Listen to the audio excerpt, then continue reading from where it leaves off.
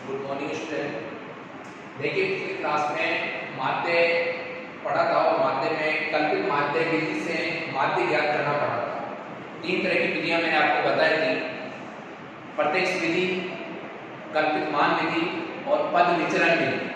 दो विधियां पढ़ चुके हैं, प्रत्यक्ष विधि, कल्पित मान विधि और उसके बाद अब आज पढ़ेंगे पद विचरण विधि। तो देखिए क्वेश्चन किस तरह का रहेगा, समझे। जैसे मैं यहाँ पर क्वेश्चन लिखता हूँ कि निम्न आंकड़ों का पद विचरण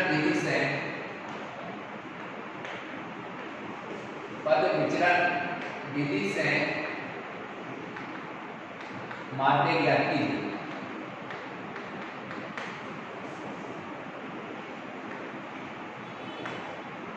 जो तीन विधियां पढ़ी थी, प्रत्यक्ष विधि जो छोटी थी, फिर उससे थोड़ी बड़ी थी कल्पित मान विधि, फिर उससे एक दो स्टेप और ज्यादा बड़ी है वह है पद विचरण विधि। तो अच्छे से ध्यान रखना, जब तक कंप्लीट नहीं हो जाए तब तक आप अच्छे से पूरा ध्यान रखना।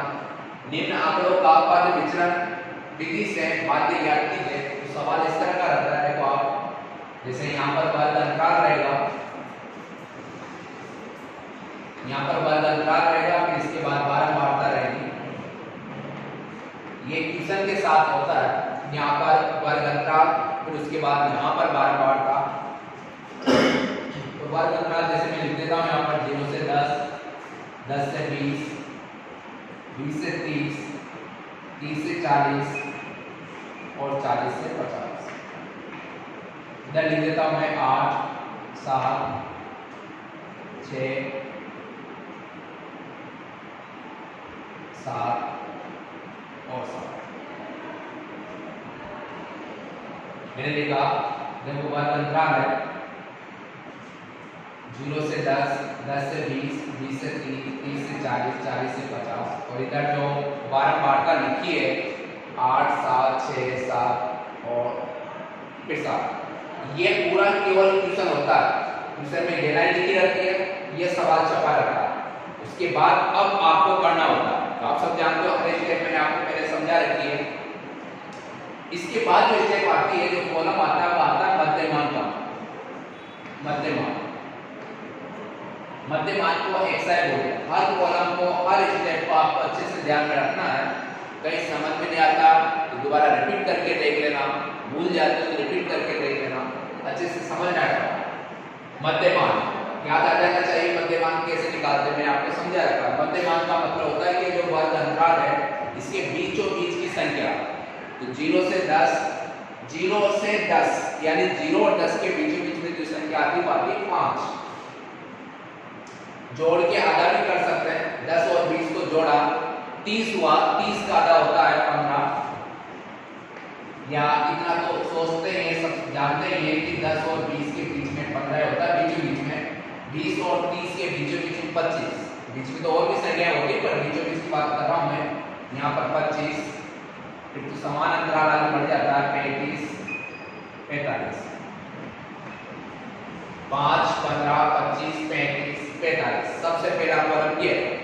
इसके बाद देखो एक कॉलम आता है di बराबर xi माइनस a। 6 नंबर का सवाल आता ही है। सवाल बड़ा भी होता है, 6 नंबर के हिसाब का होता भी है, बट आपको अच्छे से समझना। अगला कॉलम आता है di बराबर xi माइनस a। ये वाला जो कॉलम है कल भी पढ़ा था, पिछली वाली क्लास में पढ़ा था, पर कल्पित मान विधि में वही कॉलम इसमें बनता है। तो di बराबर होता है xi माइनस a। मैंने आपको बोला कि a इनमें से किसी भी एक संख्या को मान लो, कोई सी भी, 5 को मान लो या 15 को मान लो या 20, 25 को मान लो या 35 को मान लो या 45 को मान लो, अपनी मर्जी से कोई सा मान सकते हो।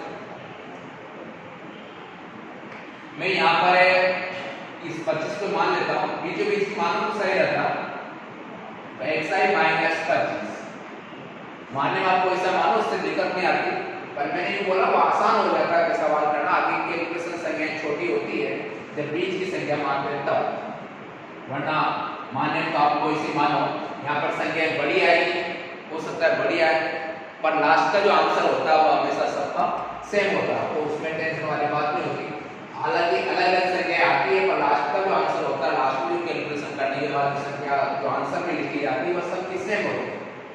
तो मैंने यहाँ पर ये मध्यमान निकाला पहले, फिर उसके बाद DI बराबर होता है xi माइनस a। इनमें से किसी भी एक संख्या को मान लेते हैं, मैंने 25 को मान लिया। अब देखो कल जैसा किया था वैसे समझते रहना। xi माइनस 25 यानी यहाँ से देखो एक ही लाइन को लिखते जाएंगे ऐसे सामने। 5 माइनस 25 यानी कि माइनस 20, 15 माइनस 25 यानी कि माइनस 10, 25 माइनस 25 यानी कि 0, 35 माइनस 25, अब आगे संख्या बड़ी है, 35 माइनस 25 का मतलब होता है 10 जो प्लस का होता है, 45 माइनस 25 इसका मतलब होता है 20। देखो DI बराबर होता है xi माइनस a जो 25 माना है, ये जो 25 है वो सब में से घटता जाएगा। 5 माइनस 25, 5 में से आप 25 घटाओ, 25 से बड़ी संख्या है तो माइनस 20 या माइनस 10, 0, 10, अंतर हमेशा सेम रहता है। इसके बाद अगला जो कॉलम आता है वो आता है UI का। अब नया कॉलम है जो पद विचरण विधि में होता है UI बराबर होता है DI बटे H। ये नया कॉलम है, इसको आप समझें और याद रखें। ये भी पहले पढ़ा था, ये भी पिछली वाली क्लास में पढ़ा। अब ये नया कॉलम इस विधि में अलग से जुड़ता है, पद विचरण विधि में कॉलम है UI बराबर DI बटे H।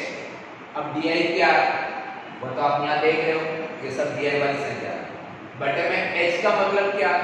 H का मतलब होता है वर्ग अंतराल, इसको H बोलते हैं वर्ग अंतराल। अब बताओ वर्ग अंतराल कितने का है? 0 से 10, 10 से 20, 30, 40, 50, 10 का अंतराल। तो DI बटे H की जगह लिखेंगे 10।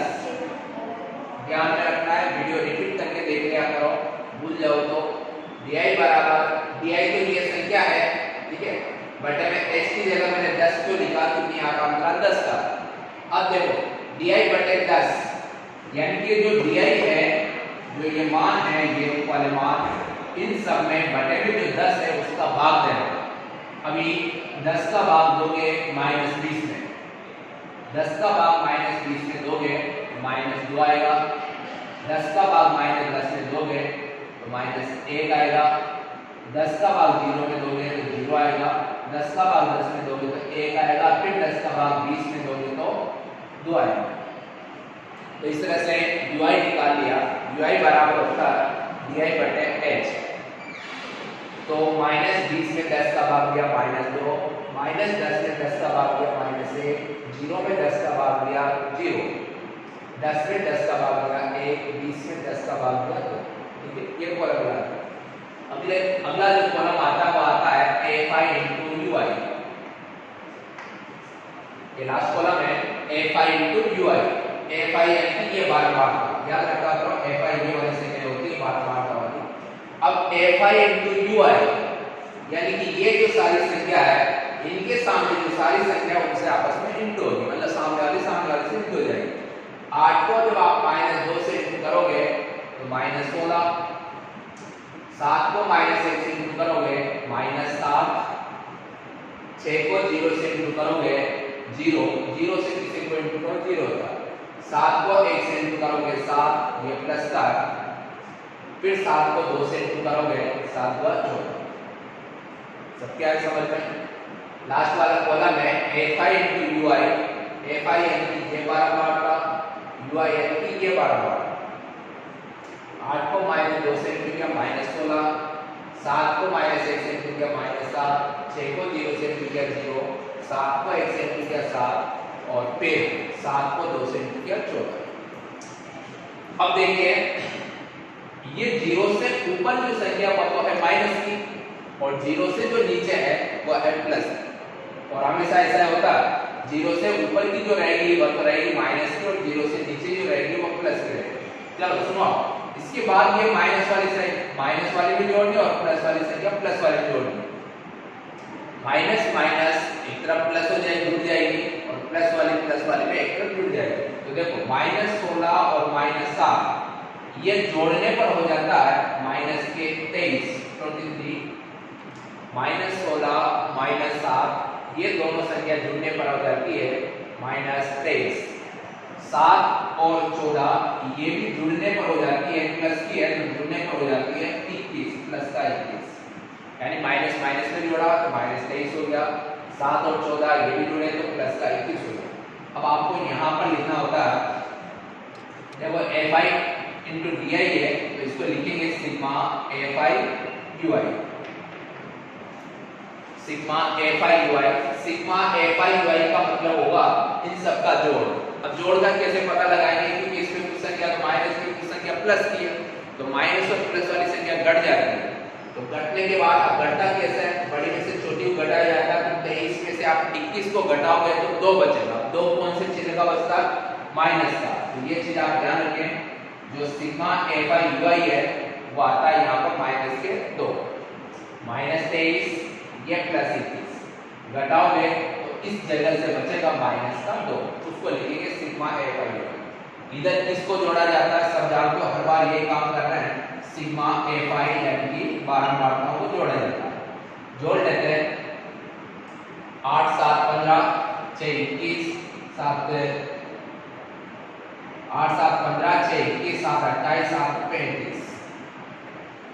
तो 12 मात्राओं का जो जोड़ होता है वो हो गया 35। तो इस तरह से देखो पूरी टेबल बनती है, सबसे इंपॉर्टेंट टेबल ही होती है, उसके बाद तो केवल एक छोटा सा सूत्र लगाया जाता है और उसमें केवल भाग दिया जाता है, ज्यादा कटे नहीं रहता। कॉलम आपको ध्यान में रखना पड़ेगा, सबसे पहले मध्यमान वाला कॉलम बनता है, फिर उसके बाद DI वाला कॉलम बनता है, उसके बाद UI वाला कॉलम बनता है, फिर उसके बाद एक और कॉलम बनता है FI into UI। Video repeat करके देख लिया करो, कहीं कोई चीज भूल जाओ तो। विधि का नाम है पद विचलन विधि। तो देखो पद विचलन विधि में जो फॉर्मूला होता है, सूत्र आपको याद रखना, माध्य के लिए जो फॉर्मूला होता है, माध्य जिसको x बार में लिखते हैं, वो फॉर्मूला होता है a plus sigma fi ui बटे सिग्मा fi इंटू में h। अब इसके नीचे कंप्लीट मैं उधर लिख देता हूँ, a plus sigma fi ui बटे सिग्मा fi इंटू h। अब a का मतलब होता है ये वाला मान जो 25 है, एक ही जगह लिखेंगे 25, फिर प्लस, ये प्लस की जगह वहां पर प्लस है, फिर बटे के ऊपर sigma fi ui, sigma fi ui है -2, ये माइनस के 2 बटे में सिग्मा fi, सिग्मा fi है 35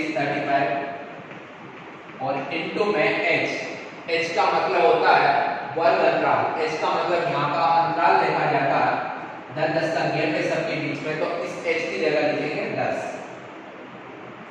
अब देखो ये तो प्लस वाली संख्या है, अलग है, इसको तो आप लास्ट में जोड़ना है, जो भी करना है। बाकी यहाँ इनटू है तो इस संख्या को आप काट सकते हो, जितना कटे उतना काट सकते हो, नहीं कटे तो कोई बात नहीं, जिसे 5 से कटता है। ये 25 को मैं अलग लिख रहा हूँ, प्लस ऐसे। आगे एक चीज सुने, ये -2 भी लिख दिया मैंने बोला कि ये संख्या कटती तो आप काट सकते हो। 5 से कटता है ये 2 बार और 5 से कटता है 7 बार। तो एक काम करते हैं, ये -2 और ये 2, ये तो इनटू हो जाएगा तो माइनस का 4 और बटे में 7। अब 25, चलो एक चीज और सुन लो, ये प्लस और ये माइनस हो गया माइनस। अब 7 में भाग देना है 4 में भाग देना है 7 का। तो सुनो मैं इधर भाग दे देता हूँ, 7 का भाग देना है 4 में। देखो 7 का भाग 4 में जाता नहीं है, जैसे आप दशमलव लगाओगे तो ये 40 हो जाएगा और फिर 7 5 में 30 घटाओगे 5 बचेगा, पॉइंट लगा हुआ है 50 हो जाएगा। फिर 7 का भाग दोगे 50 में, 7 7 49। तो इस तरह से जो मान आता है 7 का भाग 4 में देने पर 0.57, मैं यहाँ पर लिख रहा हूँ 0.57। कैलकुलेशन समझते रहना। मैंने बोला कि पहले 5 से काटा, ये 5 से 2 बार, 5 से 7 बार। अब ये कटने के बाद वो अब 7 से ऊपर तो कट ही नहीं सकता, तो गुणा करना पड़ेगा फिर ऊपर का ऊपर। 2 को -2 से गुण किया -4, नीचे केवल 7 बच रहा है। ये प्लस और ये माइनस मिलके माइनस हुआ, जैसे 7 का भाग दिया तो 0.57 0.57। अब 25 में से माइनस करना है। माइनस करते वक्त ध्यान रखें